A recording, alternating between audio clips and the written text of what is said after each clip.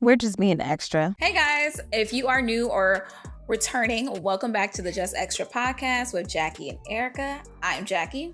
And I'm Erica. Yes, welcome back to the pod. We are going to ask you to like, share, subscribe to our lovely podcast. If you enjoy what's happening or if you would like to engage in the conversation, leave some comments. Talk to us, yeah, because we'll respond back to you, or at least Jackie and Hassan, they be in the comments, okay, responding back to you. You can follow us on all of our social media and engage with us there. We have a TikTok and Instagram, just extra underscore podcast. Okay. Do all the things. Show us you care. Thank you so much. And we'll get started with our extra thoughts. So, this is the segment of the show where we give our extra thoughts on our last episode. So, we talked about well, basically we did our extra segment as our episode, a celebrity rundown. Jacqueline, what are your extra thoughts? Okay, so again, we brought up the Brittany Renner topic from a previous episode that didn't come out, but I think the thing I forgot to add when we talked about it again was the fact that the reason why I'm showing so much concern is the fact that, I can see myself in that situation. When you desire to be partnered and you're going through things and you're trying new things, dating new people, and you are taking on the form of certain people or the people that you surround yourself by, it gets scary. And then also, when I think about the religion of Islam or just being Muslim in general, I know that a lot of people, especially Black people, whether they go through something very traumatic or whether they're in prison, they turn to that. And some people say, hey, you don't choose Allah, Allah choose you. And I noticed for me in my past, I've come across people, we're from Chicago, so we're familiar with the people who work, they're within the Nation of Islam. They're on the South Shore, they do all the things. I know for myself, I had an encounter with a lady and I had a really, really tough time at work. And I felt like I was overworking myself. And, I just tend to do that. And, we were talking and she was just talking about Black people. And then the conversation turned into, I'm going to educate you on this particular religion. And, if you're interested, you can join us, no pressure, things like that. And I was just like, okay, I see how people kind of like fall into these things, but I know me, like, I'm just so dead set on being a Baptist, Southern Baptist. That's just going to be that. And, you know, but I respect all religions because at the end of the day, I think we are all worshiping something like the same thing, a higher power. Now, whomever you call that is up to you and wherever you come from. But I thought it was interesting that, people are kind of like, okay, well, what is this religion? I don't know if you know, but Cam Newton recently had an interview with Nuri Muhammad. So he's a speaker with the Nation of Islam. And what the thing I will say I will give to Cam is that he will speak to people who live lifestyles that are, the opposite of him. And he might be put under the bus based on what they say. And I just thought it was interesting. So one of the things I really liked about the speakers, he was talking about women and how they should carry themselves and how they should be treated. And, I could see how something like that would be appealing to someone who has lived a life like Brittany Renner. One of the points that he stated was putting yourself behind a glass. Women, if you don't, give yourself out so early and you actually put value to yourself, it would create the desire from others, other women, other men, and, you would be treated better. And I was like, yeah, I relate to that. I've always been taught that. And, that's something I've seen myself. But with Cam, I thought it was very interesting because, he said, hey, if more women put themselves behind the glass, you would see more marriages. And, if this man is not going to get down on one knee, you shouldn't open your two. And Cam, he lives a different lifestyle. He has several different, baby mothers and stuff like that. And this one particular Jazzy, which I've had my comments about how she's lived her life. one moment she's like, get what you can out of these niggas. Don't do this, don't do that. And the next thing you know, she's talking about being a submissive woman, doing sexual acts for a man that she doesn't particularly like herself and on her second child. Now, a lot of people have some thoughts about it. Now, me, I'm like, ooh, as an observer, it does look kind of crazy, but if she's happy, that's just going to be the life she leads. But I just thought it was interesting that he was willing to sit down and have a conversation with someone like that who has truly, truly like strong beliefs about that. And I just thought it was interesting. So that's it. Not a hater, just an observer, and just like I'm interested in seeing how this goes. So that's it. That's my extra thoughts. Okay. Yeah. I think when we see ourselves in someone or parts of ourselves in someone, um, it does impact how we perceive the situation, right? Um, or you find yourself similar to someone. That's, I think, why I ride hard for Amanda Seals. I'm like, people be confused, and I see myself in her. I'm like, she's just riding for the people, maybe speaks directly or with passion, about a major concern. And so I can understand, you kind of putting yourself, or like seeing the situation from your own perspective. We all do that ish. Yeah, I mean, yeah, in regards to Cam Newton's thing, and whoever you said, Muhammad, yeah, people say that ish all the time. That's definitely how we were socialized. Women should be demure. They're not all out here. Very much so, at least in our culture, how we were socialized. It's not really a surprising take to me. Um, I respect it. Everyone should do what they would like and what they're comfortable with. Consent is key. So as long as people are consenting or feel Yeah. like they, know themselves, at least at that moment. Hindsight is 2020. There are definitely people that I've had sexual relations with that I'm like, no, I wish I Same. could take that one back. I don't know. That So, shit gone. I'm like, oop, that didn't happen. oh, Oop. okay. I know. Oh. Just mentally. So yeah, I get it. I get his take. It makes sense to a degree. You should be more selective about who you are intimate with. I understand that, you know. But like my girl Summer Walker said, I just might be a hoe. Okay, that's the background. Okay, I don't know. But thank you for sharing your thoughts. I know that part of the episode, which I almost cut out, was the Met Gala, and so I appreciate us talking about it. I've been listening to some more takes on the Met Gala, and basically, specifically, the Naked podcast. I just saw a little clip from them. I don't typically listen to that podcast, but shout out to Brooke because she's cute. She's fashionable. Um, was basically making a statement about how for this to be a very black themed Met Gala, there weren't enough black designers represented on the carpet. And I thought that that was a really valid point. You already know I said in the episode that none of the white celebrities should have been invited. It should have been a black night, black event, kept it real black. Okay.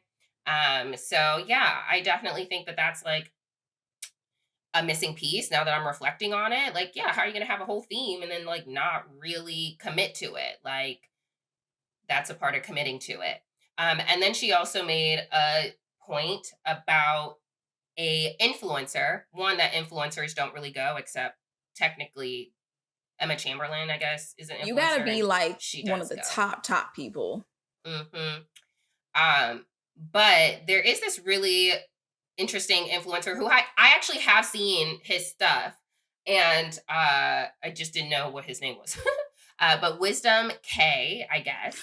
I Uh, love him. He's so and good. very innovative, or like really good at taking a theme or a word and like making an outfit. And putting in a vision. And I feel like his style would have definitely fit really nicely with the theme and on the carpet. And so, you know, I think that if we're going to try and bring visibility to marginalized communities through, a theme, we really got to commit. And I do think that that was a missed opportunity. So kudos to that podcast for really actually thinking about it. I feel like I missed that opportunity. So it's called Naked Beauty Podcast. Yeah. What do they talk about? Beauty. Like products and stuff? Yeah, I don't listen to the podcast, but like she's had like Sir on the I think is like on the podcast, but has been on the podcast before. Jackie Aina has been on the podcast before. Oh, Rihanna has been on the podcast before, I believe. Yeah, she just has a whole bunch of people in the industry and she'll talk about fashion, beauty. That's her thing. So all right. Wrote it down. Noted. yeah. We'll take it. We'll take a look. And then I just wanted to say that I think that there's another influencer, Miss X Tina B, which I forget why she's actually famous. I feel like she was like a substitute teacher who was doing like some sex work and got like fired or something like that. So, that's crazy. That's a big jump. And then you're at the Met Gala. Excuse me? No. She's not at the Met Gala, but she had a take on the Met Gala, which was the individual who was wearing the Rosa Parks and other ancestors on her leotard situation.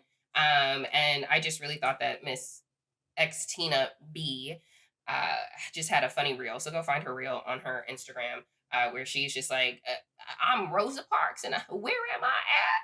I'm on this girl's vagina. I didn't ask to be here. Why am That's I crazy. here? And I thought it was just really more funny, disrespect. So. She was like, I told y'all I didn't like to sit in the back, but I didn't want to be in this front or whatever she was saying. So I thought it was really the jokes write themselves. Yeah, that's crazy. Funny. Some people really were mad about that. At first, I was like, "That's not her. That's not." I'm in denial because I'm like, that can't be Rosa Parks on her drawers. What the fuck is this? And also, like, this is not dandyism. This is just black, and it's just like, what's happening? Yeah. Actually, a lot of the white participants in the Met Gala, they were just wearing black. Have you noticed that? Like, just wearing black, thinking like that was enough. To another podcast that was like, they didn't get it. Which, at all. Obviously. And which is like, don't get invited. You're it was not for you. You didn't have to be here. So. Granted, every year, if the theme is too broad or too, first off, that theme was not broad at all. It was just very to the point. Black dandyism. Figure it out. There are other themes, like every other year, there was just some titles that are just like, I guess this is up to your interpretation. But black? I don't know. I just felt like it was very unoriginal and yeah. Well, they are the original unoriginals. So yeah. No. Yeah. All right. Let's catch the folk up. Hey girl, ooh, not you cussing. Let's catch the folks. Oh, I thought you really. No, I thought that too. I looked up and I'm like, Erica finally cursed. I was like, ooh, hold on now. I was like, wait a minute. I would have went for a big one too, you know? I was like, she went for the granddaddy of all the words, okay? Man. Well, anyway, if y'all just hearing, right? If you hearing our producer, shout out to Hassan with the Chill Lounge Network. He does a good job every week. Thank you. How you doing? I am good. Hot as fuck. Well, I'm sure y'all hot as hell right now in Texas. No, it's 90 degrees right now, but it was a high of 94 like a couple of hours ago, and it's going to stay hot all week. And it's just preheating. And that's the one thing I don't really care for living here is when it gets hot, it gets really, really hot. And then that means our electric bills are going to go all the way up because we are blasting it. Oh, yeah. Let me unplug. Somebody unplug some things, okay? Like, seriously. Yeah. Okay, well, catch us up. Oh, hey, girl. Hot. Hey, y'all. Hey. You know, after our last podcast, because I'm like, when did we record that? Yeah. So I've Friday. just been going.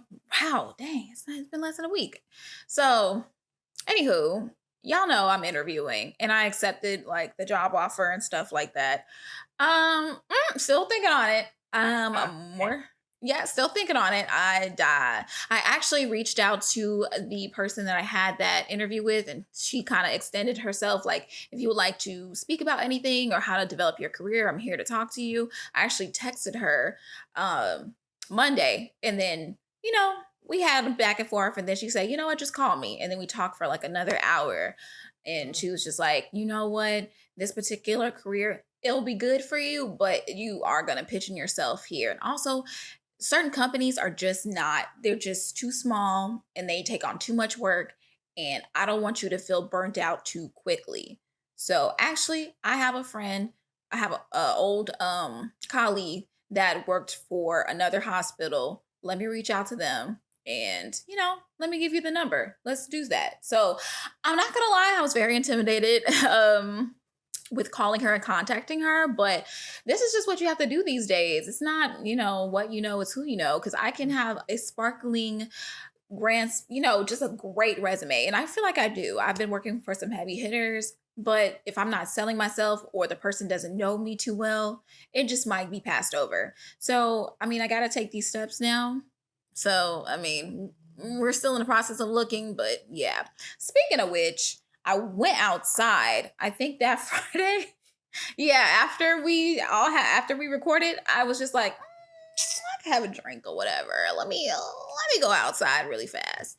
Um, so I went out and I was like, let me just get a drink. I just want a really quick drink. I actually went to Anvil and just was like, let me get a naked and famous. Let me get a last word. Let me just sit and chill and relax. And it was about to close. And then I get a call, not a call. I'm gonna take that back. Someone sat next to me, and then their boyfriend came, and then another lady came, and her boyfriend came, and we were just all chatting it up. Yeah, yeah, yeah, yeah. And I'm saying like, okay, it's about to close. Where can we go? You know, like I'm on that type of time. Like, what's up? Where can we go? So they said, let's go across the street. So we went to Boondocks. So the bartender was like, I'm closed, but I'm opening it up for all y'all. And I'm like, who are these people? Hello? So turns out they're all physicians. Like they're all doctors and nurses and stuff like that. And I'm just like, well, dang. Well, nice to meet you guys. So all different races and stuff. And we're all just connecting and just like trauma bonding, honestly. And so they were just like, "Oh, you work there? Oh my gosh, I'm not gonna say where I work, but they said, "Oh, you work there? Oh man, I've been trying to get in there for a long time. So I work over here." And then this other guy, he like pulls out his beeper. He literally is drinking and he pulls out his pager. He's like, "I'm actually on call right now, but trust me, I've definitely done a surgery or two." And I was like, "Whoa, don't be exposing yourself right now." But I'm not surprised just because of like, you know, it's the world. People do all types of crazy shit. But I just thought that was interesting. Uh, so, again, we're still on the hunt for new employment, new opportunities. We're starting to network. And this is where my shyness comes in. But, I'll keep you guys updated when it comes down to that. You guys have any comments before I move to my next little point? Yes. So it sounds to me like the hospice role is not something that is exciting for you. Um, so already it feels like you're going to get there and you're going to need to look for another employer after that. So to me, the answer seems like you should just decline and wait for something that is a better fit, because when you're running from a problem, you'll usually run into another problem versus if you're actually taking your time to be intentional about the next opportunity that you go to. So Mm-hmm. that's just me giving my personal opinion. Do what you do. But that's just how I'm receiving how you're talking about it. And I think it's great that you're out there networking. Especially, it's funny that you just were kind of You just be falling into right situations, it seems sometimes. And so It's crazy. I literally just like, let me go get a drink. Let me just go sit somewhere real fast and see what happens. And I just really like the exchange of energies, even if like we never see each other ever again. Thank you did you for the tidbit. exchange contacts? There was this one guy that was like, I think you're cool. We should like hang out. He actually is opening up a dispensary next week. So, Oh. yeah, but this weed ain't this Texas weed ain't nothing. I don't know. I'm like, yeah, all right, sir, whatever. But I'll keep the contact.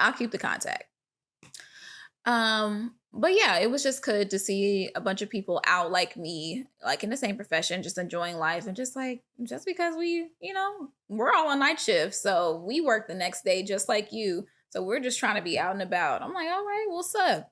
I'll talk to you guys later. Bye. I thought you was gonna have like something at the end, like your other stories, like y'all all got into an orgy or something, but clearly I'm it's sorry not to that. My disappoint bad. you. I'm Yeah, sorry my to bad. I disappoint thought you. it was. Not this time around. But you know what? I thought Hey, it who too. knows what's gonna happen? Because guess who downloaded Hinge? Your girl. Cause I was just like, fuck it, why not? That same day, I actually was just like, let me download Hinge. I haven't been on the app in over a year because we'll get to it, but I deleted the app. I deleted everything, and I was just like, well, I need new pictures. I need all this stuff. So let me just restart and just like put a whole new profile. I did that. And yeah, I already want to delete it because I just don't think apps are for me, honestly. Or I have to just be, I don't know, I just have to be very strategic. And I don't know. Like, it's like, do I really care that much to be strategic? Because I'm not gonna lie, there's moments where I'm just gonna be honest with y'all. I just get real like paralytic when I become overwhelmed by the apps. So the app was really overwhelming to me. So What do you mean by get strategic? I need to be strategic about the time that I spend trying to get to know people and kind of like Xing people out, you know? I left this for the reason. Who is this? Oh, so I have a date on Sunday. I'll let you guys know about Wait a that. minute, as you But just. yeah, but I literally left this because it was to the point where I'm just like, what the fuck? Like, I don't know. If anybody can see, that's just that's me. But I don't know if anybody can see this. But what does that number say for freaking Hinge? This is fucking too much. What does it say, Jackie? This is fucking too much. This is fucking What too much. does it say? All these likes is too much. How many? It's 75. Okay, I feel like that's too much. That's too fucking much. Who are these people? So I guess people I'm just like, that like you or like the picture that but you posted. It's just like, that's you put them up there and that's right? the thing. And that's the thing. It's just like, yes, they're just liking pictures. So who, like, do you even like? I understand. What is your strategy? You know what I'm saying? Like, don't get annoyed that you're getting likes. I'm just like, if they just, because to me, if you're not saying nothing and you just like a picture, X next. You're not trying to have a conversation. And like, that's what I want to do. And that's what I want to do. And I'm just like, okay, am I choosing the right strategy to, no, I'm serious. I'm asking you, am I choosing the right strategy by stating like, hey, I don't want to respond to anybody that just likes my picture, but it's like, that's why you have pictures and you're able to like them. But it's like, what if I'm so serious. What if I'm like, dang, this person probably is like the love of my life and I'm not, and I'm just like, you ain't say nothing to me. You gotta go. So to me, the way that I would use it is, at least if you're going to like a picture, say something, introduce yourself. Hi, my name is something, I'd be interested in getting to know, do something, like say something, communicate, but like, I can easily weed you out if, one, you have nothing on your profile. Two, you have some moniker as a name instead of saying that your name is John. Like, why is your name Big Daddy? Just what? I don't understand. Next, oh no, see, no, I don't do those people. If First of you all the why I need to adjust the age too, because I don't know how these little young people are getting in here too. But it's see, just like Jackie, you deep, gotta, deep, you're deep, like, deep, deep. you do have to have a strategy. You And can't I'm just saying let anything that comes to you come to you, because you will have 900. You're very pretty and you got things going on for yourself. So you it's do have really to be specific, overwhelming. like be for real. You know what I'm saying? Like, Yeah, I'm just like but the thing is, what is the strategy? What is the good strategy? That's like what do you want? What matters to you? And that's how you make the decision. Like, what is the criteria for yourself to interact with people? Because that's how you, I don't, I'm, I guess for me, it's like again, maybe it's my who knows ADHD or something like that. But seeing things like that is like I don't know why that's such a weird like. Cause okay, so first night got the likes going through. Okay, clear it out. Come back, wake up. Okay, clear it out. Okay, but now I'm just like, all right, uh, what are we doing are here? you talking? So, but okay. So to me, you don't have to go through all the profiles. You don't. I If you want to see kind of pay somebody, for it so I can go through them. no, but what I'm saying is, if you see somebody that likes you, that you also like, and started a conversation, have that conversation. Leave everybody else in your inbox. Like, you don't have to feel like you have to make your way through literally everybody. If That someone's catching your attention, stick with them. I think maybe I'm just too like green when it comes down to this because in my head I'm like, oh, I gotta look at everybody and like kind of give them a chance. But then like, could you see yourself with Don't. them? Could you see? And it's like, yeah, because well, it's just too much. So I don't know. I mean, I guess I'm in just real, coming to you guys and just like I understand. Okay, um it could be seen as like a decent problem to have, a good problem to have, but then with somebody who literally is like one I'm already opposed to like dating in itself, but it's just kind of like okay, I kind of do need to get away from the situation that I'm currently in, but we can't ignore that like okay, you do kind of do want to do stuff. If you want to go out and do things, why am I saving it for this person I don't really like when I can actually just go out with a person that I'm trying to get to know? So that was the purpose of doing this. But yeah. then you're just like, okay, um, like now you're confronted with people who want to, you know, just fuck you, people who are just on the app just for no reason, people who want to waste your time. And I don't know. I know this is probably what we have to do in these days, this day and age, if we're trying to be intentional. But it gets overwhelming when when you're trying to create a strategy that works for you and you're kind of like, okay, maybe not. So like I was so close to deleting it yesterday and I was just like, we'll just try again another time, you know? Or I actually heard of this strategy online called reverse catfishing actually. So I was considering doing something like that too because I do feel like, you Jackie, know, Wait, stop. what is Stop. reverse catfishing? She's, I where you're think not you're going to putting put, you're not putting like no. because like, okay, you want to put your best foot forward. You want to put a cute picture up, but then you're just like, okay, I feel like we're attracting some energy that's not really, what I'm looking for.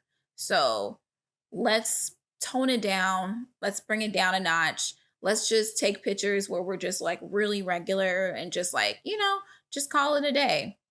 Um, but yeah, that's it. Okay. But wait, Here are my thoughts. why would you why Here are would my you thoughts. why would you put like a non-attractive picture? Like I get it, but either way you go, you're gonna get unwanted attention either way. Like whether you go to the grocery store and have on pajamas and headscarf and all that Did other we stuff, not somebody's just gonna have this always conversation? talk. Somebody gonna still talk to you anyway. Like Jackie, you're not ugly.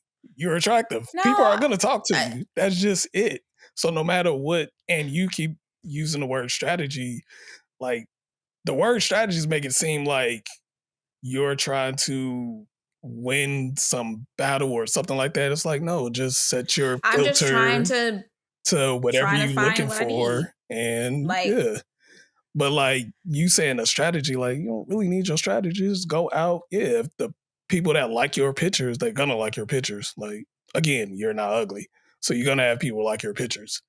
So, and if you see something you like, yeah, go talk to them. Like, it's I really guess not yeah. that you're making the process difficult than it already is. I guess me personally, I'm just already overwhelmed and I'm just kind of like, well, how can I make it less overwhelming for myself? And I mean, again, when I talk about the things that I go through, it's really hard to like, I don't know, I guess it's hard for other people to see that other side where it's like, I just be feeling like a piece of fucking meat, you know? Like, and it's just like, it's you people have like I understand at the end of the day, people are gonna have like their own mindset of their feelings about how who I am, how I present myself. So it doesn't matter what I do.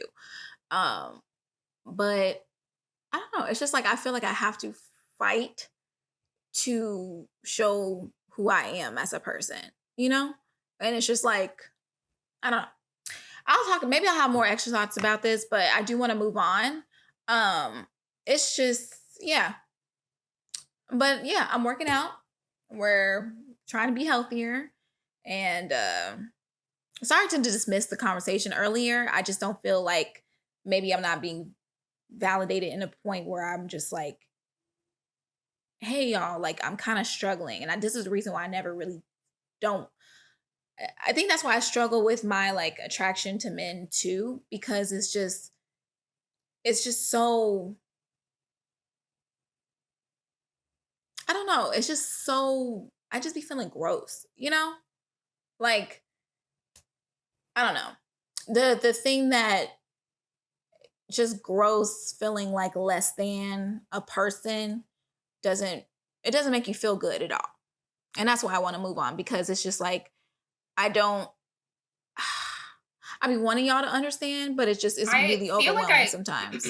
yeah, I feel like I understand what you're saying. And to me, that's how you weed out people who are not interested. If that is a criteria that you actually have to come with some substance when you talk to me, so I know that you're not just drooling over the fact that I'm attractive, it should be that simple. I don't match with people, and don't put this on your profile, but this is your own process. I don't match with people who don't come with any substance to say. And don't stress yourself out that you are, because you will get people who aren't coming with substance. So just manage that, know that that's going to happen, and just don't talk to anybody who's just giving you hard eyes or who literally just liked your picture and didn't say anything or is just talking, says something and is just like obsessive about what they're saying to you about how they want to do whatever and whatever, whatever. Those are people that you clearly just move on from. You can give yourself limits of like, today, I'm going to give myself 10 profiles to look at, and that's what I do today. You can give yourself limits in regards to, hey, once I start talking to two people, I'm not actually going to clear out the whole thing. Because guess what? You don't actually get to see all of your options in real life. Like, there's no literal lineup of every single man in the world that potentially you might see, right? They even say that when you're going wedding dress shopping, like you're gonna have to stop looking. Like at some point, you're gonna have to be satisfied with something Yeah, that's it's like presented apartment hunting itself. too. Okay, so just get to a point because again, Capricorn got in because I went on for one day, let whoever come through and closed it off. And if we were going to have conversations, those that I accepted, we're going to have this conversation. And if we're not, then I'm going to get rid of that batch and bring a new batch in and you manage it. And so I I want you to be very clear also on your mindset because even the way that you started the conversation was not like I'm genuinely looking for a love and a partnership. It was like I want to go to a restaurant and I want to go with him. Like I'm just like it seemed very not even like the energy that you want to attract. It was very surface level and superficial. And that might Well, also I be guess why like you're getting maybe that energy back in your matches as well. Are you going into it with like genuine intentions of like I want a love, a partner, a support system, or are you going into it like, I want to try this restaurant and, let me get on this app and find somebody else to go out with, Like, I'm just like, what is your actual intention? Because when you put it out there, that's what's also going to come back to you. So yeah, I think at the end of the day, I do desire to be partnered. Like I actually do. Because I'm unfortunately doing it with somebody that I'm not really like, this shouldn't go, this has gone too far. And now I'm over here thinking about things I want to do with this person because that's what I want to do. But I rather do it with somebody and I rather get to know someone new and do these things with. Like, let me not put so much energy there. So yeah, sorry if it sounded superficial, but that's kind of how you kind of start dating. You do decide, like, do you want to get to know somebody? Yes. And, do I have the energy? I do, because I see myself over here planning stuff with somebody that I really don't like. And I'm just like, I think it should be better suited to like get to know someone else. Like, let me decide. Like, let's go on here and let's try it out. It's just that, the apps are, I'm one of those millennial. That's Last just where my millennial self is just like kicking in. I'm just like, I don't know how this shit works. This is a lot. And like, I'm sitting here reading people. I'm like, well, maybe. And it's just like, that's how I get burnt out. And then Nimit wanted to press delete. last comment would be, if you are going to date in person, I'm just going to bring it back to this coworker. You also have to still like, you're going to have to reciprocate behaviors. Like, I think I need a dating coach, honestly, like a real dating coach. You might need to invest. Because like, Oracle yeah, therapy. I might have to.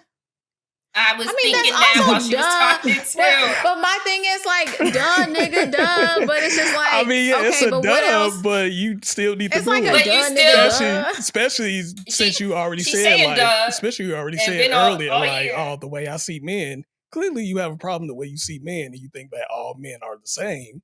So, And I don't even think it's a problem. I think it's rooted in trauma that still hasn't been flushed through. And I would like to encourage you, yes, to just be in there. We be talking about it almost every week. Well, that's why I'm just like, oh, here we go again. Fine. Maybe we'll just delete it for now. And then like, maybe we'll just set it. I mean, I do have a date, but honestly, yeah, I might just cancel that. Fine. I'll be like, I'm just sorry, sir. I'm just not. And I did this the last time I was on Hinge too. There was this guy that was pretty cool, but I was just like, yeah, I'm just not ready. Just kidding. And that's so fucked up. But technically, it's not fucked up. Yes, it's fucked up in a way because you started the process and then canceled on them. But it's not fucked up because you're letting that person know, like, hey, I'm really not ready right now, and so I don't want to waste your time and put you through any trauma. So let me just go ahead and pull back. So yeah, I do think you should do that before getting back out dating, because you can also be the people that you talk about and you end up hurting somebody else. So yeah, I don't want to do that because there are some good people. Like the guy that I have set up this date with, I can tell he's gonna make someone super happy one day.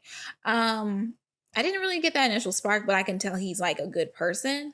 And so, but I don't, I don't know, maybe I will cancel that. I really will. Like, honestly, truly. Now, he talked about going somewhere just now called Usi's Table. Haven't been there yet. But yeah, I will have an update with you guys.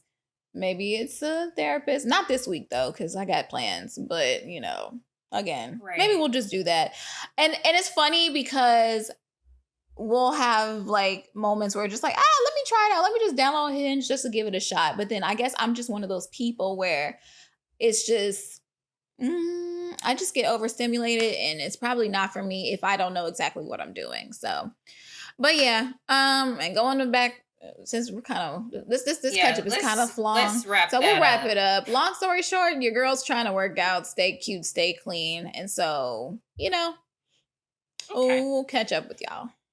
All right, I'm going to just share one thing, which is my sister is engaged. You all know that, so the audience knows that. Yeah, kudos. It takes time sometimes to get there. So I just wanted to maybe have a quick roundabout of like, what are some of your criteria? What are some things that you feel like are very important to you when making the decision to like get engaged? Like, are you clear about what that looks like for you? What is it? I thought that maybe we could talk about some rules for engagement. Just don't like hand me no ring and be like, so you trying to marry a nigga or what? And I mean, I probably still go with it, but no, I'm just kidding. I don't know. I don't know. For me, I never had like it needs to be like this, because I mean, I should be happy to be engaged to this person. So that's So just it. I like that how this is going. My little sister, her man did not get down on one knee out of respect for my sister, because there were too many people around and she has social anxiety. And so she was like, I don't want the attention. Don't do it. To me, it's not official if you didn't get down on one of them knees. Okay, I'm gonna need you on the ground. Okay, is it raining? You don't care. Actually, you do, because I'm not getting wet. Let's move that ish inside. Okay, I need to be cute. Okay, are my nails done? Like, but also, I need some words. Like, I don't want anything like just "Will you marry me?" I need a whole like love letter of like a outpouring of your obsession, love, desire for me. Um, yeah, I would need that. Obviously, the ring has to be a ring that I think is like, oh, that's equivalent to how I feel about my self worth. Okay, thank you so much. Terrible. You try to make them somebody broke, but honestly, you know what they say, like 2 months salary or something like that. Oh. Uh, Yeah, that's a a good month thing. and a half. I'm glad that you said that. So does that matter? Like the cost of the ring for y'all, or Just is don't it? give me no fake No. shit. Just don't give me no fake Yeah. shit, please. Yeah. First off, just don't do. Okay, if you don't have the money to do that, maybe we shouldn't give it. Okay, how do I say this? I just don't want a pebble. That's why I say that pebble could be. Don't give me that little real grainy ass ring. You know how they had the little it's like diamond specks, and it's like all in like a little like rose and stuff, and it's little, and I don't know. I ain't like diamond dust. That's what it's I called. want Don't do a that. solid rock. Okay, I don't want it in any kind of like crown. I don't need any. Not like what's it like the other two. One stone. Okay, and yeah, I had a ring that I thought was really cute, and then I showed it to my little sister when we were actually talking about this, like before she got engaged. I was like, yeah, and it had like thorns on it, a little bit, because the band was supposed to be like the stem of like the rose or whatever, and I thought that like it was cute. And she was like, yeah, it's cute, but like it's not functional, because you're gonna touch, well, technically this is my left hand, you're gonna touch your hair, and all those thorns are going to like, it's just gonna get in there. It's not like a smooth surface. Anyway, more to think about. But yeah, I would want footage, because I'm gonna black out. So I need to play that ish back. So it needs to be recorded. I need a videographer, photographer. I do not want anybody else like I don't need, like, how some people are like, I want my family there. I want to just turn around and have, that ish is not for me. I don't care about them hoes. Like, no. I mean, I do. I love y'all, kind of. Some of y'all, you know who you are. Anyway, so I feel like I don't need them there. Yeah, I think those are kind of just off the top of my head some of the things that I would be like, yeah, make it happen. Would y'all be upset if the day of the wedding you walking down the aisle and your husband is not crying? Is he a think I would feel crier? away. Yeah, would y'all be I was like- would y'all be mad that he cried, or would y'all be mad that he don't cry? I would be mad he for did me, not cry. Are they a crier? Because if they're not a crier, like I can't make you cry, I Because I'm not, need because some- I'm not a crier like that. Like, so I don't know. I can't want an emotion from you and then like it's not authentic. Like, I don't know. I don't care. Like, for me, it's just like, don't look uninterested. Now that's no, don't do that. I definitely like, even I would love if he was enthusiastic. He like, that's it, baby. You better come on. I see you, girl. Come on up. I would be like, That's my nigga I right see. there. I I'm see gonna what type go of with wedding this. Jackie gonna have right there. I see what it is. I She's like, see y'all, exactly ooh, what you type of see wedding. her? You see her right there? I'm like, yes, it's me, y'all. Hey, So honestly, I That's might gonna be a honestly just get ghetto married in ass wedding. Vegas.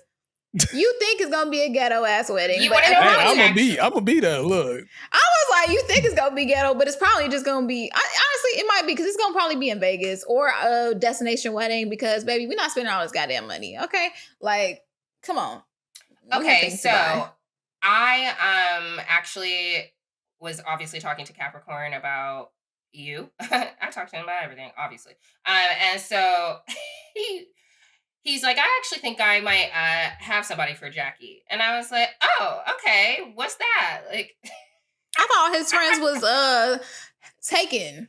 So I'll look. oh, really? No, I don't. I actually don't know what all his friends' life stories are, or if this is a friend or a cousin. And now I'm forgetting if this is a relative.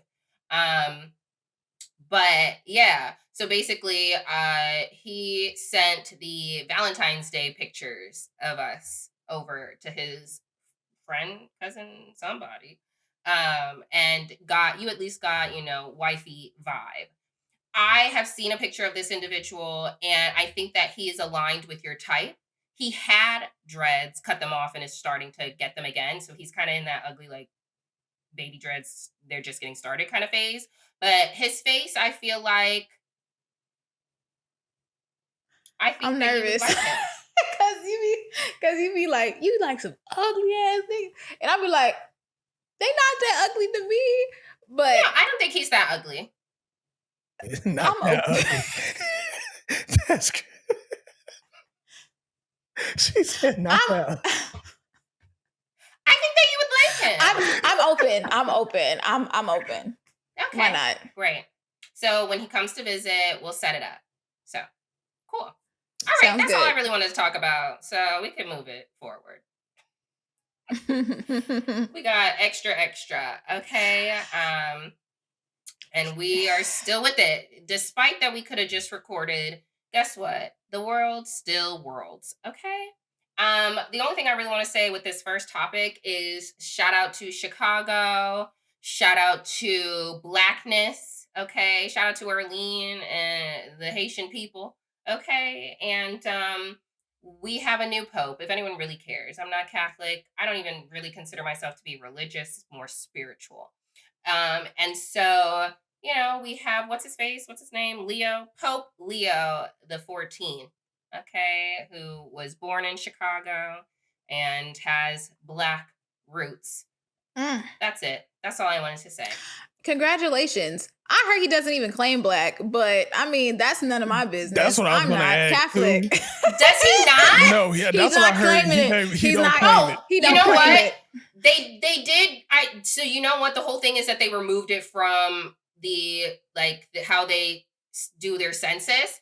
I don't know the backstory, but what y'all are saying makes sense. I would think that there's a benefit in passing, right? Like even old girl Mary in Sinners, right? Like she didn't want to pass, but like there's benefits in passing. And so like perhaps that was a strategy, out of necessity. I'm just saying. I mean, granted, like my grandma and them, they had white on their birth certificate. So I mean, if you can, you can. If you can't, well, baby, you can't. Okay. You know what? I was thinking about this when I heard about this whole poping thing. People are so, and this might be taken the wrong way, but just walk with me for a little bit. When people are so like gung ho and yeah, they're black, they're for us, and it's just like there's black people who are not for us, like, and we can't just be like, oh my gosh, just because they're black, and he doesn't even claim it. So I'm kind of like, I'm like, why should we cause this ruckus? And it's just like, are they gonna do anything for the black people?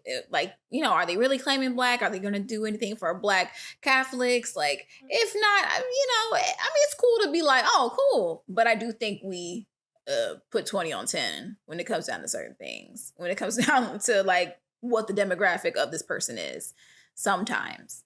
Hassan, make an edit of Jackie saying 20 on 10. And then Oh yeah, just to respond. I have a whole bingo card of stuff I'm y'all do on the sure. podcast. That's Let's do I'm it. gonna hilarious. add that on there too. So I Not would a love bingo it. card. I can already tell. Look, Get the look, folks to play along. Okay, I love it. How many times do I scream? Yeah. scream oh yeah, Erlene's name. Erlene's name, Uh, yes. Mm-hmm. wasn't it? Jackie saying, "Can we talk about it?" That's on there. Oh wow. I didn't even That's notice I said fun. that. I like this game. But no, you have a good point. Obviously, we are a part of the 92%, so there's some other people who, mm.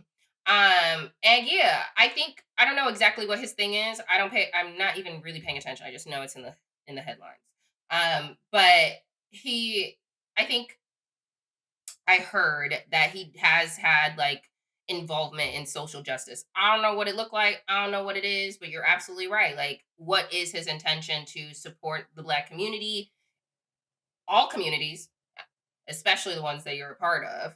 And yeah, I don't know his background in regards to why it's not something that has been like claimed. But yeah, let's dig into it at some point. Maybe more will come out. Well, congratulations, you all. But they said that. Well, congratulations to the first American president in itself. Oh, well, not president. First American pope. You know. Yeah, congratulations. Now, let's get to this other person. On the opposite side. Since you named the president, there you go. Let's get back. Uh, Let's get to talking about Big T. Big Oh, T. Big All T. right, Big T making it fine. happen for us. Let me stop, Erica. Don't. listen, you listen. Big T. Big Daddy Trump. Okay. Well, Disgusting. here we go, y'all. We're still going back and forth between China and these tariffs. As of now, we have another temporary trade agreement. What are the percentages?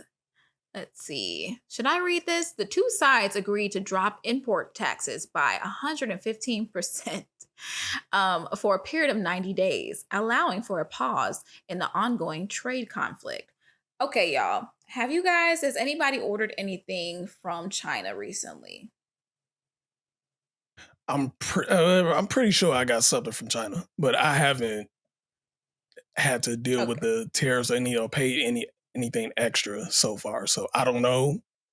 So And that's where I was getting at. So people who are getting packages now on top of the amount of money they paid for the product, they're getting this invoice from like UPS stating you need to pay this absorbent amount of money to get your product.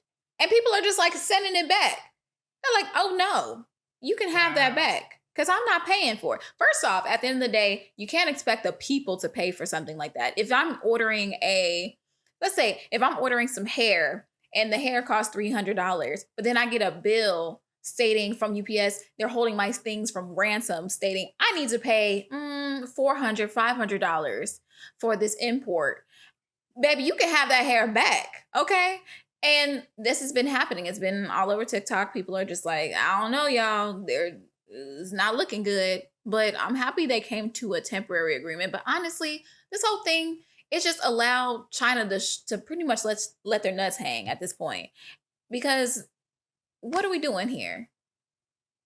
There was that Chinese content creator, and I don't know if we've brought him up before, and I don't remember his name, but he basically, I don't know if he was a content creator or if he just had this video go viral, but he was basically saying that like he was asking, he stated, I have no American products in my home. Um, Americans, do you have Chinese products in your home? And like, duh, of course, like everything is made in China, made in China, made in China. Like, so who's going to really feel the impacts? Like the Chinese were like, y'all don't even make nothing we want. Okay, so Right? What are we making? Well, the most we are doing right now are apps and just pretty much technology. That's And then honestly, that's not even going to be our thing pretty soon. So get your iPhones now, y'all. Get your iPhones, get your technology. Let me go get this tripod. Let me go get this new camera that Hassan uses. Like, let me just, y'all are acting up. But any other thoughts, y'all? Cause I mean, this is not looking Keep good. pushing. All right. Mm-mm. All right. So where do we want to take this? There are two men that are very troublesome. Mm. So do we want to go to the granddaddy or do we want to go to the little leprechaun? Which one? Let's go with Tori. Even though it's not funny, Oh, because it's not funny, it's but not our funny, resident. but I got something for that. I actually took a screenshot. So our resident leprechaun. But you know what? Prayers out to you. I mean, Tory Lanez. There were. I don't know if it's a rumor or if it was actual fact. This no, man got stabbed 14. it was confirmed. Tory Lanez. Well, I guess somebody who represents Tory Lanez on his social media posted something that he got stabbed 14 times. He got stabbed like 4 times, I think, in the back, 2 times like in the somewhere in all I other actually have parts. it right here. They said 7 wounds to his back, 4 to his torso, and 2 to the back of his head, and 1 to the left side of his face. Both of his lungs collapsed, and he was placed on a breathing apparatus. He is now breathing on his own. Despite being in pain, he is talking normally, in good spirits, and deeply thankful to God he is pulling through. So, I'm interested as to what's going on in jail or prison or wherever he's at because okay, so listening to my girl Impressive basically was talking about how there is his appeal case that is still kind of happening and that maybe something with what was Megan's best friend's name? Kelsey. She's basically putting out here a theory that like Kelsey might have. Some people, she stated, believe that it's possible that it is Kelsey that shot at Megan the Stallion, and that this appeals case would potentially like throw her under the bus. And so, it was trying to make sure it didn't come out. So that's why he was attacked in prison. Now, that is one theory. I don't know no facts. I don't be listening to most things that don't come directly from the source. But yeah. I thought she had immunity. there. Right, but I don't know how that works. Does that work if you like appeal for some reason? I don't know. I mean, I think the appeal was just for him to, I guess, to lower his sentence or to get out some way. But yeah, I think she has. I can double check, but I think she has immunity. I did hear that as well, which is why she like was able to testify or said what she said whenever this happened. And I don't know how it works. I am not a lawyer. Where's our lawyer? I don't know if she does this particular one, but I don't know. We'll ask. We'll probably come back to this. But I mean, there's another theory that this nigga is lying. Some people are like, how? So you really got stabbed this many times and you're now breathing normally. Somebody stated, you know what? I have too much trauma ICU experience and taking care of countless stabbing victims to let this slide. You get stabbed 14 times and twice in the head and you're having your lungs collapse. So, but you're now doing well. The thing is, we don't know when this took place. And people are like, well, I guess it depends on what he got shanked with. Because, I mean, if it's a big shiv, it can cause a lot of damage. If it's just a spoon that you kind of did your little thing with, maybe not so much damage. But some people are like, this man actually is a liar. So it's kind of hard for people to sit up and say like, dang, you pulled through all that just so you can have a major comeback. Some people are calling like, might not be, not might be truthful. But at the same time, you kind of can't blame people for doing that because you have people pretty much second guessing if Megan got shot. So, and were you around when August Alsina we're having a little back and forth. So I don't know, y'all. Me neither. All right. Well, prayers up. Yep. so the last story, Ooh, granddaddy, who'd you call him? Granddaddy Diddy. Oh man, so his trial has started, and y'all, there was a testimony from one of his quote unquote male victims, and they pretty much talked about his time with him and Cassie, and it was very disturbing to hear. Cassie is actually set to testify later on this week, if she will. She's She did. already on Yeah, the she stand. did. Oh, She she's testified today. oh, oh, Yeah. oh, what Yeah. happened? So she testified today. She spoke about how Diddy had her basically having sex with a whole bunch of people, a lot of baby oil. A ton. Um That's not Like that. funny, y'all. It's just the fact that they found so much in his house.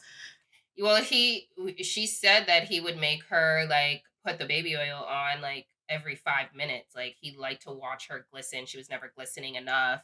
There was like pools in or like blow up inflatable pools that he would bring, fill them up with baby oil and have her like get in them fully clothed and then, like just wanted her to Freaky always shit. be, he was telling yeah, her that she was glistening. she was too dry, it ain't enough, and he would pour more on her. Mhm. The testimony from yesterday, one of the male escorts said that Cassie requested that he urinated in his mouth, and then Cassie today said that no, that's not what I asked for.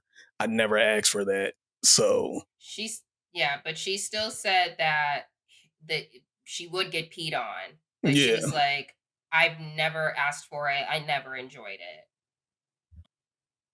Yeah, I don't Yeah. think you can enjoy it in that situation. I think the fact that this started when she was 22 and this Hmm. man was like very grown, um, it's Yeah, she telling. said she had like, you know, it was hard for her. She was like, I didn't know if I could say no because he would have violent outbursts and would see that. And there was even something in there about like the Suge Knight situation and that like she recalls like a bodyguard coming in and being like Suge Knight's at this diner around the corner and that they like took guns and weapons and left.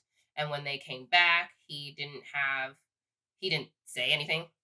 So she's like, I don't know what happened, but I can tell you that what happened when, they left. Um, and what else? Yeah, that she said that everything was very routine. She kind of knew what things would be at after a certain point, but like can't recall every situation because there were too many.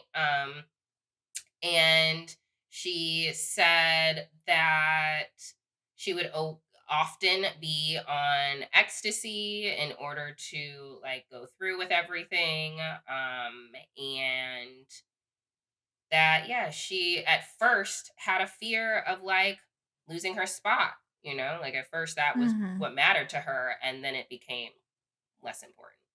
She said it became her full-time job. Well, the testimony from the male sex worker, um, actually, you know what? It was just to the point that it was happening 4 times a week for her, to the point where she wasn't even recording anymore. And we saw Cassie come, and we just saw her being an accessory to Diddy. And unfortunately, that's what she was doing in the meantime. It's just crazy. Like, ugh. Like, just hearing the testimony of that one guy saying that she would get dragged into the other room and they were fighting, and then, she would come back out, and then they had a moment. He asked her like, "Hey, are you doing okay?" And she says, "I'm fine. I'm fine. I'm fine." And then they embraced, and then they had sex, and then Diddy would come and watch. So it was kind of like a setup. So he was kind of like, so he couldn't tell what was real and what was not. And so I just thought that was interesting. But look, now I gotta go listen to her breakdown. All right, because I was listening via Jessie Woo, and hers came out 2 hours ago. So now she needs to get back on live and help me out some more. But no, no me gusta. Well, I hope that Cassie's taking care of herself because, reliving this situation could be really difficult. She did cry. She did break down on the stand. So that did already happen. I'm But surprised she yeah, did it. I'm surprised. I'm so surprised she went through with it because I mean, she already got her her settlement. She doesn't Because this have isn't to. about her. But yeah, it's just It's like, but about this it's a the bigger lot. picture. And the bigger picture is important, but to be the one to do that is it Mhm. requires a lot of bravery. It You got to be does. vulnerable. Like the fact that, you have a husband that loves and cares about you and he's hearing about all the heinous things that has happened to you in your previous relationship.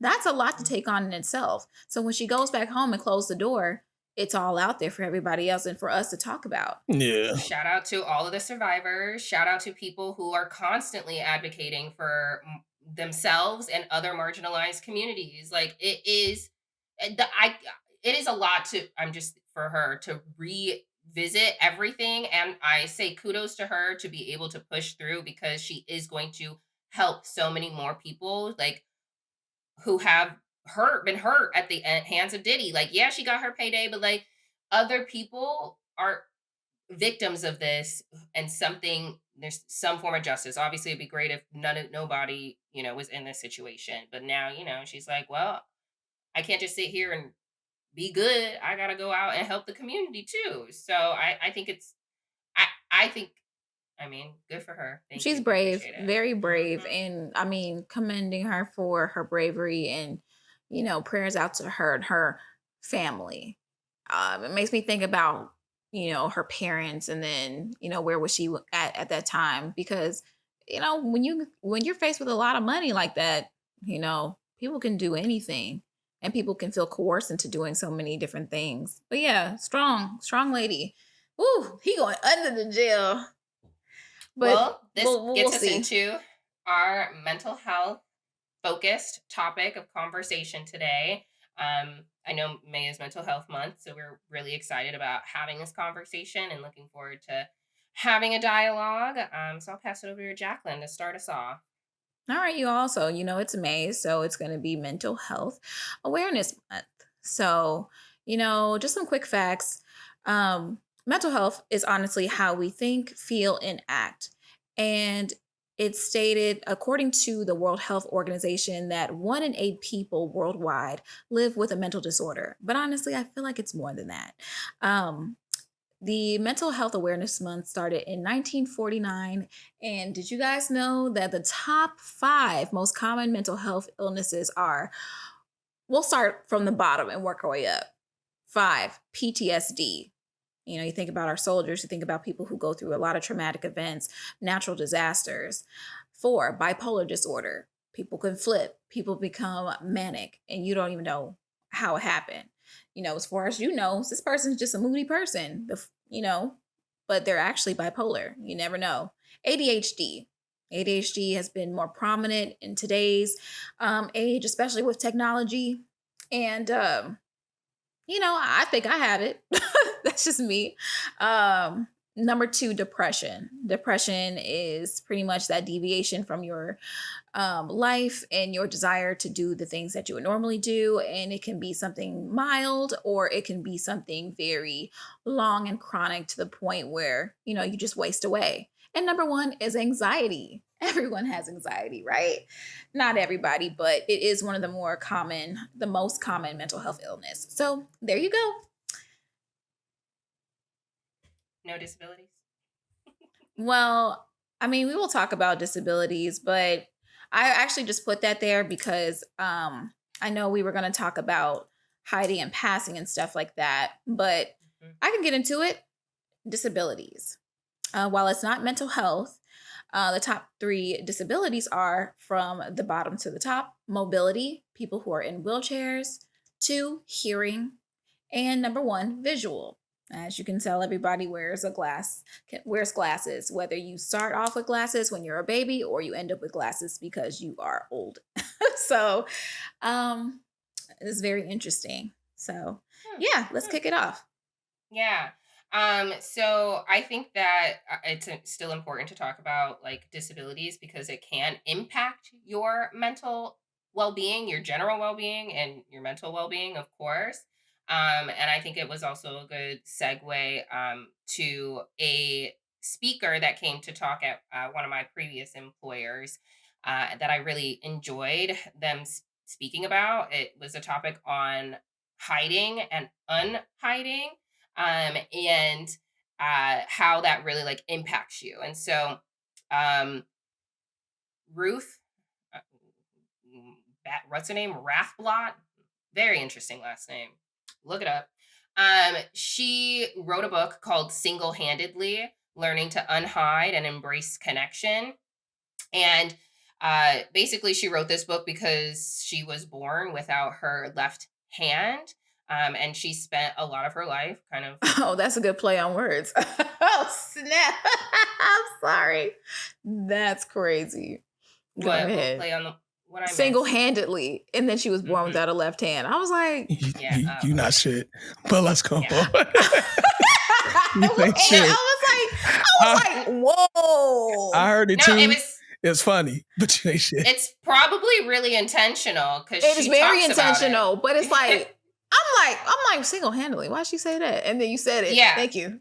She Keep going. spent her life trying to fit in, which to her meant that she would hide her disability. She'd literally like keep her hand hidden. She talked about how she would oftentimes have her hand in her pockets, and she would be careful about how she posed, or keep her hands down. So basically she wrote this book, which is part memoir and then like part manual, because she does give you like some steps that we'll talk about maybe closer to the end on how to be more confident in who you are, so that you don't feel like you have to hide yourself. So she just spends the book talking about how this secret took a toll on her, and also talks about how she became free from that. So Mm. basically, the main question is, what are you hiding? And how is that shaping or shrinking your life? So I thought that we could get into it. So we have our questions. Lovely. How do people learn to hide parts of themselves, and when does it usually begin? And I think that we oftentimes always are talking about how society has socialized us, how society and all these systems are set up in order to keep us acting and behaving, operating in one way, right? Whiteness is the best. Got to be closer to Mhm. white. You got to be closer to, whatever. You got to be directly aligned with what we feel like a woman is and what we feel like a man is. And so therefore you hide your sexuality. Or in the workplace, I talk about how, like, or just in life and society, like, I don't wear an afro puff, like, I don't just let the hair come out of I want to get more into embracing natural styles. And there has been iterations of that, right? Like going from having a relaxer to then not having a relaxer, but then going and doing sew-ins, and then having wigs that are straighter texture, and then moving towards this one slick back ponytail, okay? And then braids. And we are doing these things because society says that what grows out of your head is not the best. So what do? You hide it. You conceal it in order to be received. And so I think it really begins like from childhood, depending on how you're spoken to, right? And what people tell you is right or wrong. And guys don't wear pink, and all these things that are just ingrained into your brain from youth is how we learn to value what is acceptable, what gets praised, what gets recognized, who wins the awards, what gets celebrated, what gets highlighted. And so, yeah, I think, we learn that ish from jump. Mhm. That's how, we develop shame, because if you're in a household and you are presenting differently, you know, your family can be your first bullies. So, when you go out into the world, you go out, work or school, you already know you got this problem. And now you're going to do your best to hide it because you don't want school to be uncomfortable because home is uncomfortable.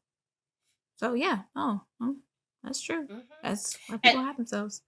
and that's the emotional toll, right? Like you literally are constantly spending your time thinking about something that most likely you can't change, right? Like Ruth couldn't grow that arm, right? Like you cannot change that. Like it's not something that like you can adjust, right? And so you are going to constantly ruminate about these things. And I think that doesn't it doesn't give you the space to focus your time and energy on other things, right? Like Yeah. now you're spending so much time like trying to do your hair correctly. That's the example I keep going back to, that you like aren't enjoying life. You're not doing your passions. You're not Mhm. doing whatever, right? So I think Yeah. that like, go ahead.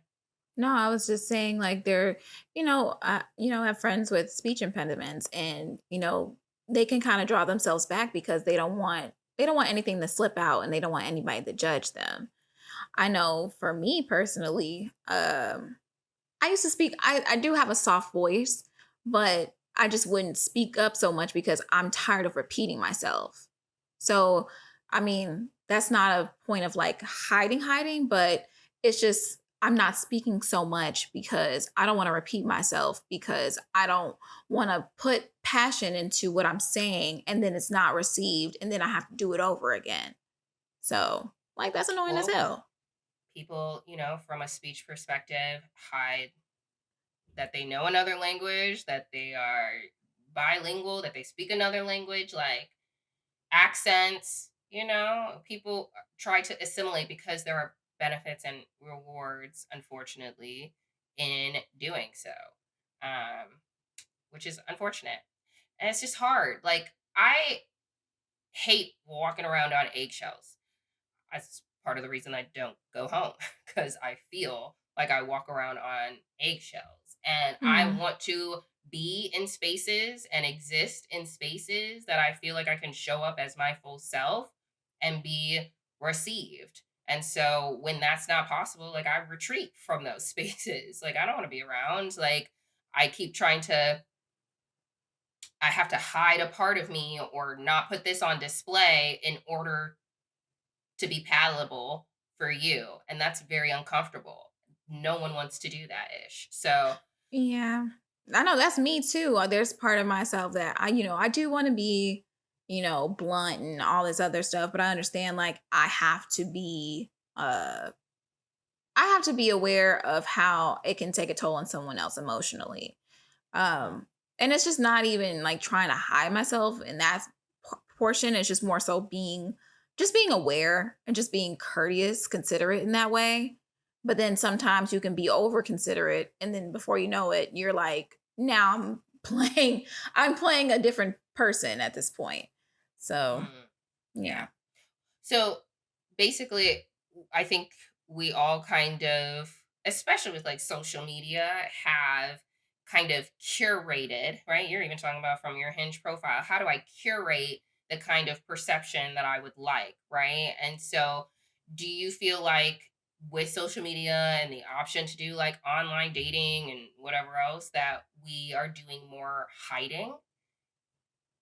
Um I see it as both because you have people who, curate their lives and they want to seem so perfect and so like, look at me, I'm rich, I'm fabulous. People want to hang out with me. I'm going different places. Like, I'm only highlighting the fun parts of my life. But then recently, I don't know if anybody else's algorithm is doing this, but a lot of people are making bank off exploiting their own disabilities. So I don't know.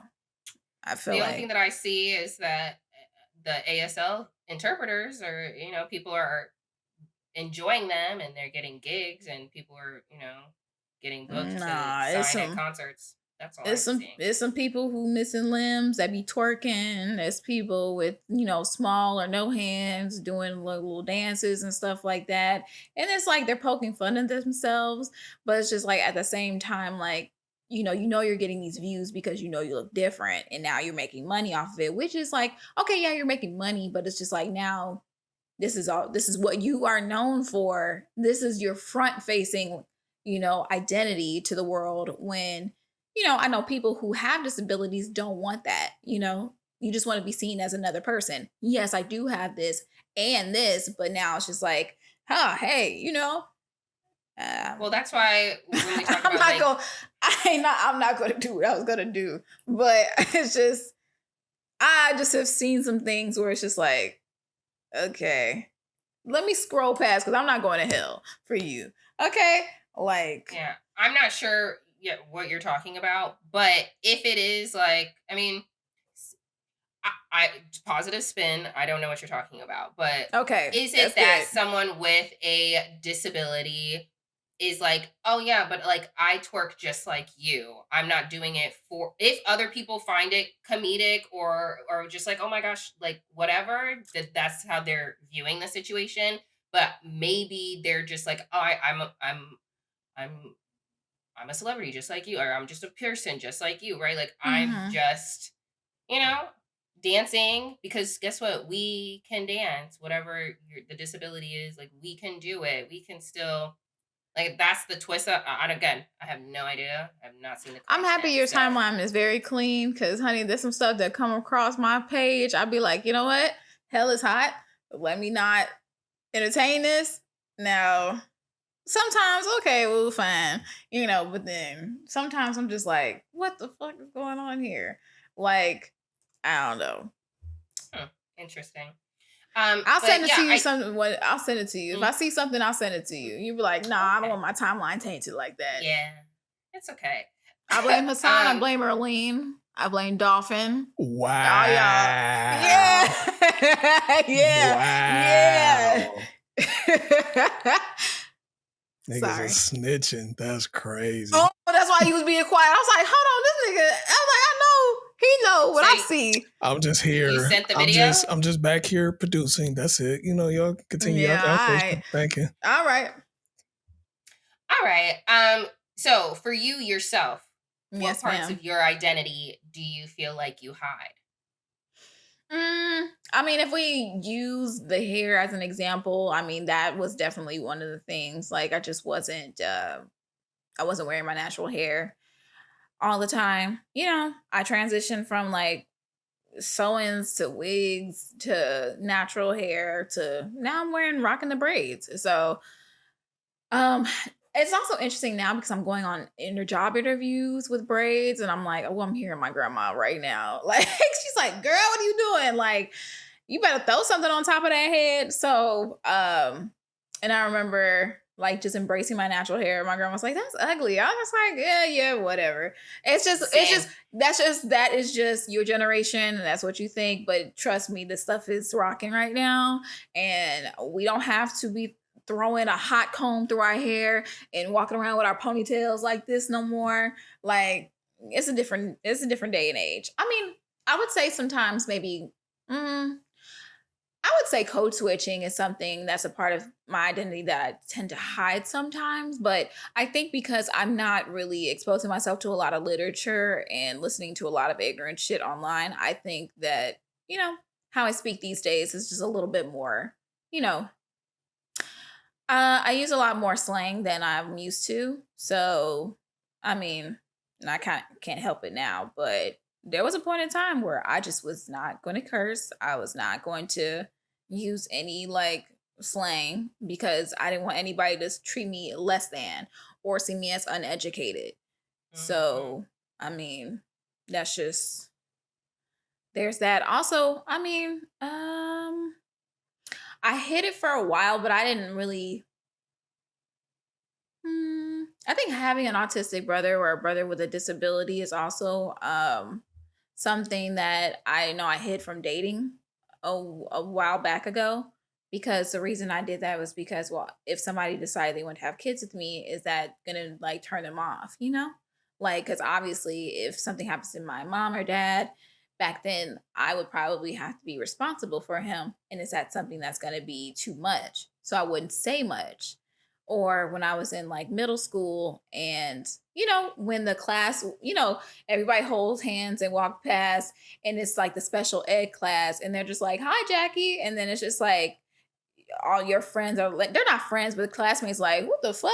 Like what's going on there?" That was a situation that happened that, it wasn't like I felt fine, but then everybody made me feel like what's going on here? And then it's just like when you're around kids, kids don't make you feel like they other you, you know. But now I'm at this point now. I'm just like, yeah, I embrace it now. I use it in my interviews. I use it. It's my life's passion now. I, advocate for people who have waiver services, long-term services, IDD. So yeah, I mean, yeah, Yeah. uh, yeah, Um, I think in the show This Is Us, Kevin did not, hang out with oh boy, what's his name? Sterling King Brown. What's his real name? Not real name, but in the show, yeah. Randall, the black brother, right? Like Hmm. he was making fun of him at school just like the other kids were, which is unfortunate because you kind of just you it, what is socialized, right? So um yeah, thanks for sharing. I think I obviously we've talked about the hair example and things like that. I think even from like body positivity, I'm like, all right, I used to hate my feet. I still do, you know, just soccer player. And then moving into heels, I'm like I would let them pinch them little toes. I have a mommy. Anyway, so I feel like very surface level, hiding a feet, picking shoes that like, oh yeah, let's just hide the toes a little bit more, or things like that, or even from like wearing Spanx and sucking things in, and I'm still doing that. I don't care. Okay, look. but I'm like, we have been taught what is acceptable in society from like a beauty standard and aligning to that, and very, very European and all that stuff. And I think that, those are some of the things that I feel like still to this day, I'm trying to look snatched. I'm trying to have the proportions be crazy. Hmm. But yeah. Okay. Do you think that there are key moments for when you recognize that you are hiding something, that you want to stop doing that? Like, do you feel like there's a specific moment that would inspire someone to stop hiding, or have you had your own moment? I mean, when I talked about the fact that I just embrace the fact that, Yes. my brother's different. If you don't like it, fuck you, because that's that on that. Um, When did that like become a switch? Do you can you think about it? Do you know? Definitely middle school, like when that whole thing, because we shared school, and whenever like classes come through, and it was just a point of time where I was just like, "That's your brother," and I'm just like, "Yeah, it's my brother." And so it was just like, okay, so do you want to fight about it? And I understand you can't fight the whole world, but it's just like I'm going to defend who comes from me, and that's just going to be that. I'm not gonna just act like you don't exist, because you do. Um, yeah, and then also I think that at the end of the day, I'm black. So no matter what I do, I'm just going to be the black person. So whether it's using slang, using terminology, or talking about things that may not be relatable to, say, my white counterparts, I'm just going to be me.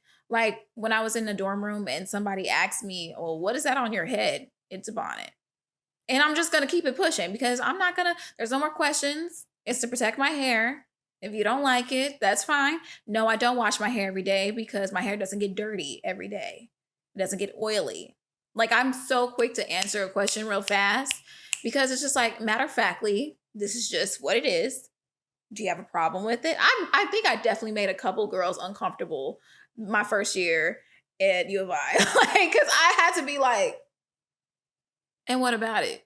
Like, I wasn't like aggressive. It was just more so like, I'm making you understand that what you're asking is a little strange. I'll educate you a little bit, but then that's as far as it goes for me, because you sound kind of crazy right now. Like, whatever.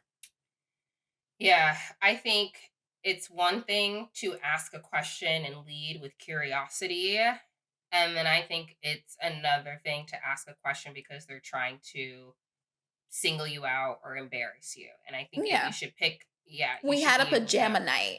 We had a pajama night, and everybody was like coming downstairs, like, "Oh yeah, we're all I'm gonna come downstairs. And I already had my hair wrapped up. So I was like, okay, cool, whatever. It's like, what is this? It's on some funny shit. And I'm just like, it's a bonnet. Because when I take my hair down, it's gonna look real nice. And that's it. Like, do we have a problem? Like, do we have a problem? Like, I was gonna say the girl's name, but I'm just like, no, we're gonna leave that there. But at the end of the day, people are gonna see you. And people are gonna interpret anything that you do, whether it's gonna be good or bad. So you might as well just embrace that shit. Hmm. Yeah, I think, I don't know if there was like a specific moment where I was like, oh my gosh, I have to like embrace myself. I'm trying to think. But like, I mean, even in like corporate America, I was like, I'm not gonna try and be somebody that I'm not. Like, this is how I show up. This is how I speak. Like, this is what is authentic to me. I told you about the girl at work when I was sharing with her my story of like growing up around all white people and not feeling Mhm. like, you know, I fit in anywhere. And like the white people, I wasn't white enough for them. And when I'm in black spaces, I'm not black enough for them. And, just was able to share with her that I got to a place where I really like want to, like, I appreciate myself. I love myself. I'm very happy with who I am and how I show up as a person. And she started crying because she was like, I relate to what you're saying, but I haven't made it to that part of your story of like really being able to love myself and like feel good about who I am. And I just was like, that's so sad. But I guess like something that I reflect on, it was like a super embarrassing moment for me in like with the Tupac and Biggie, right? The contestant number three situation, and how I was like, I don't know these hoes, and I'm lying on stage to try and fit in, and it's just uncomfortable to do that. And like thinking back, like I wish I would have just said a different answer and been like, these aren't, I don't know these artists, not my people, not what I grew up on, like, and I think being able to, I think regret, regret is like a big reason why I'm like, actually, no, I actually think that I want to show up in a way that I feel like, people would like me for who I am versus liking me for who I'm not. Like, I would rather be Mhm. liked because I am me. And yeah, I think that that was important to me, and not being uncomfortable in my own skin or spaces that I am in. I was just like, I'm not going to do that. So I'm just going to operate in a way that feels like good to me and is that's operating authentically. So yeah. Hmm. Um, do you think that there's anything that people can do to make you feel more comfortable to be your full self, to not feel like you have to hide anything? Are there things that like your friends can say or do, or what should allies in various communities do to ensure that people feel like they can come out of hiding or that they don't need to hide?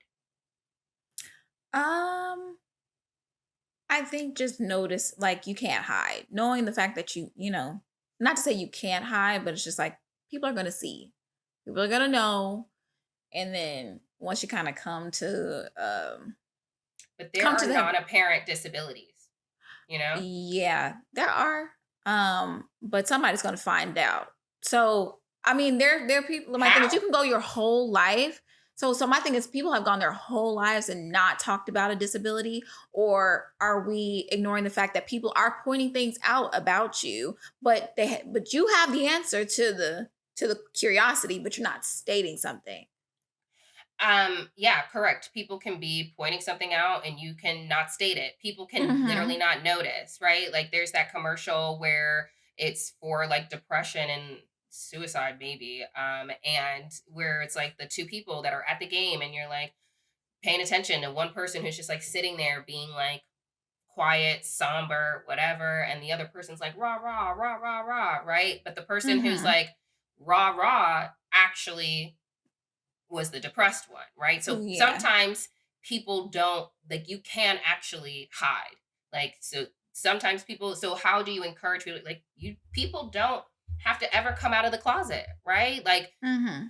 So how do you encourage people to let them know that it is a safe space? And to me, when I'm like, you know, the importance of pronouns. To me, I say in introductions, especially at work, I should do a better job in real life, but like, hi, my name is Erica, she, her, I'm so and so, I do this is my title, right? And by being the person who speaks in an inclusive language, that allows somebody to be able to be like, wow, I'm Tyler, they, them. You know what I'm saying? And like would be like, this is a space for me to now respond to you saying you are safe here. I said, you are safe here. And now you feel like you can enter into that space safely, right? Inclusive language in regards to being like, I would never be like that autistic kid. You'd be like, oh, that person with autism, right? Because you are centering a person and not just one asset of of them or a part of their identity, right? Like you're looking at them as a holistic person. So like inclusive language is very to me one of the biggest indicators of creating a safe space. Like I'm speaking about it in a way that hopefully makes people feel comfortable that they could show up. I'm also sharing, right? Like I'm sharing, I'm giving information, so therefore you feel comfortable to also give information, right? I think would be like you would just embody the behaviors that you would like to see or that like make you feel good, and then hopefully, and obviously don't assume, maybe ask questions, talk to the host. But like typically if you're leading by example, other people will be like, wow, like I feel welcomed here, she's creating space for me. So I think that is like we all have to, you know, silence is compliance. We all have to do something. We all want to be allies, but none of us actually support communities. You know what I'm saying? Like we we actually have to do something in order to, you know, encourage the behaviors that we would like to see. So that's my perspective on the take. Anything you feel that like um resonates? I think the part about just embracing yourself kind of allow other people to feel, able to, embrace who they are and feel like it's a safe space. I'm with you on that. I received that, and honestly, that's how I met my friends.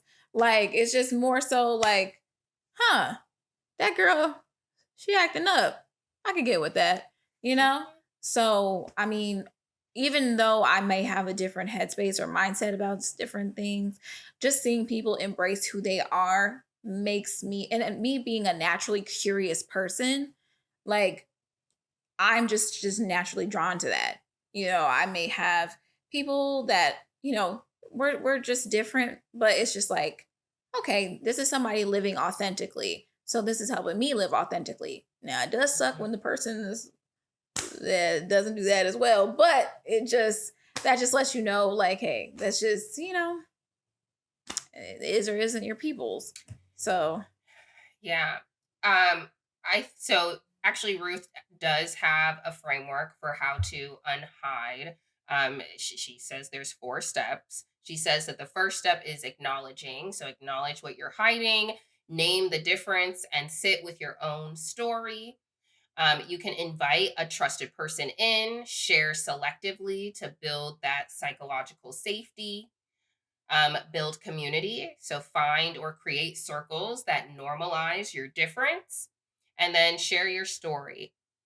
Share your story more broadly. That's why it's important to, we have a platform and we should use it, like share your story, turn your uniqueness into a common ground and advocacy. So, yeah, hopefully this conversation is helpful for those.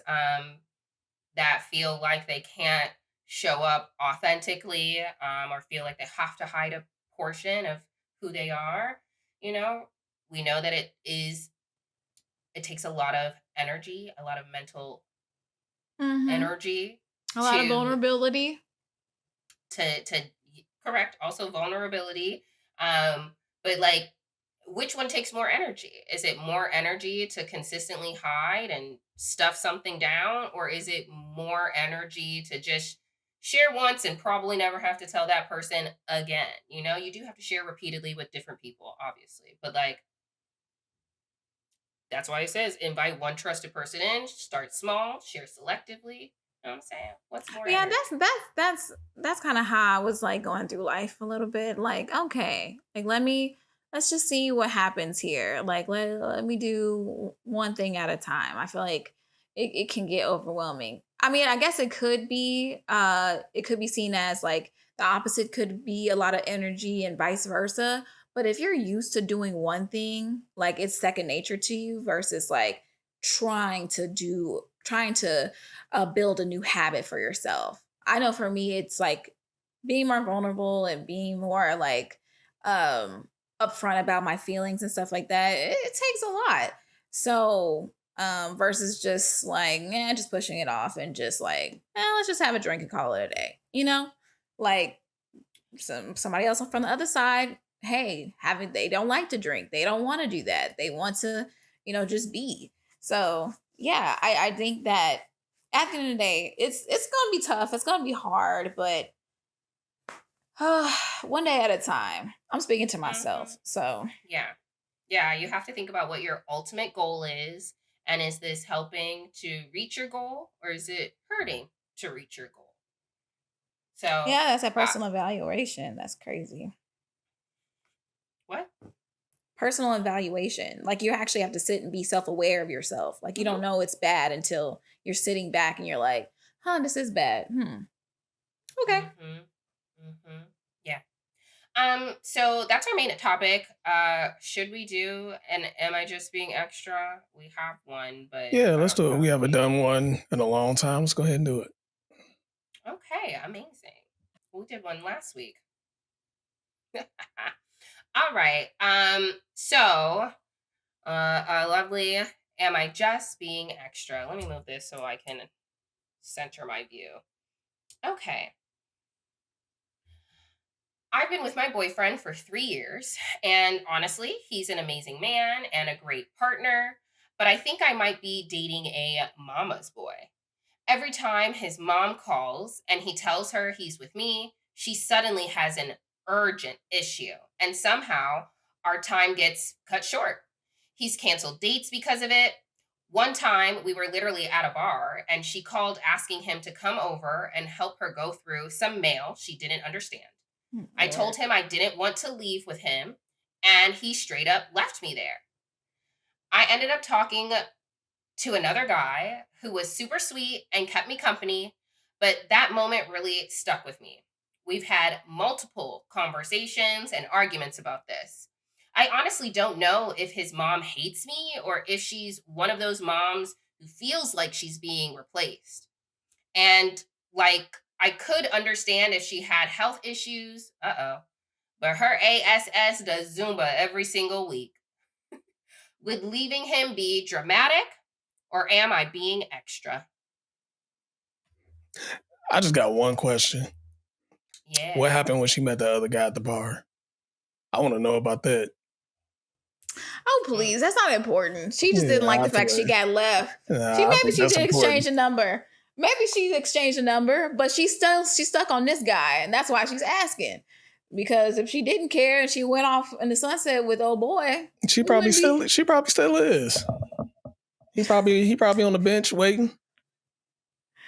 Eh, you know, hey, welcome to the team. I don't know. I has someone who has dated a mama's boy, and they have been very dramatic whenever they were with me. It's just I can't tolerate it. I need you to, have some solid boundaries with your mom, because if you talk to her all day and you're with me now, you need to tell her, "Hey, I'm going to call you back." But if she's one of those moms that wants to cry, feel like, "Oh my gosh, you don't care about," like who's very manipulative and very like spiteful and doesn't want to be the second fiddle, the second female in his life, because once you are with someone, you're going to be you're supposed to be right here with them. Everyone else is supposed to be a little bit down, but they're still not gone. I have broken up with people because of it. So I might not be the best person to answer this question. I just know that mothers and a mother and his son and their sons is a very special relationship, and you really kind of can't come between that unless he wants that. So, That was gonna be my whole thing is like, is he saying something? Like, is he like, I don't know. I'm just like, does he, when she has this urgent thing and he, cuts his time with his girl short to go and help her because it's urgent, when he gets there, is it legitimate? You know what I'm saying? Obviously, it's mhm. not. And like, is he being like, hey, mama, like, no, the last two times you said it was an emergency, you wanted me to get the remote from across the room. Like, you're not Girl, actually, see, I almost said a bad word. I was like, it's right. So I'm just wondering, like, is he speaking up and being like, what's wrong, mom, can we talk about it? See, this is why we need mature individuals. Like, what's going on? Do you feel like you're going to be replaced? No, of course you're not going to be replaced. Can we agree upon how we are going to maintain our relationship?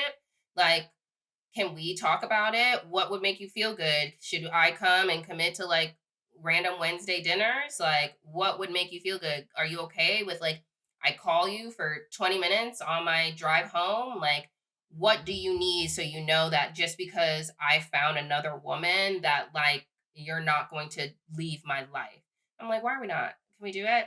Um, but yeah, I mean, I'm interested because I'm like, is he, what other areas besides the mom getting his attention is he also not standing up in? Because some of these mama's boys, some of them don't do other things. It's not just the fact that we ain't got time to spend together because your mama taking your time, but sometimes you feel very coddled or you feel like you ain't actually got to show up in various ways, or at least to me that I find are ooh, important.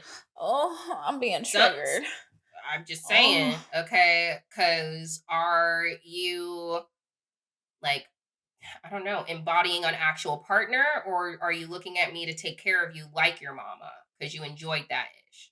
Like, listen, but clearly she likes this man, she writing in.